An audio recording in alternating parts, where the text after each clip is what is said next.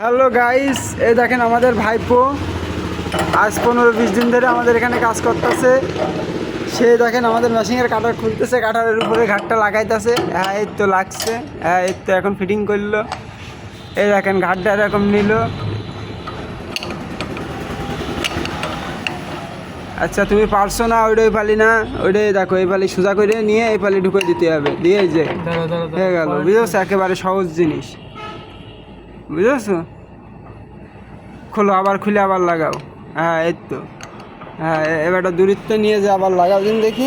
ছেড়ে দাও।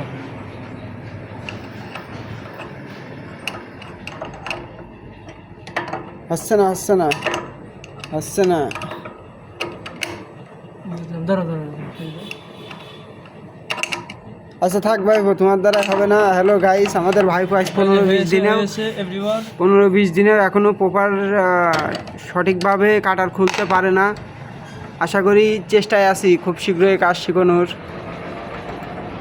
ভাইপো হয়তো অবশ্যই শিখবে কাজ, আস্তে আস্তেই তো শেখে। এবারে কাটার তো খুললো না ভাই।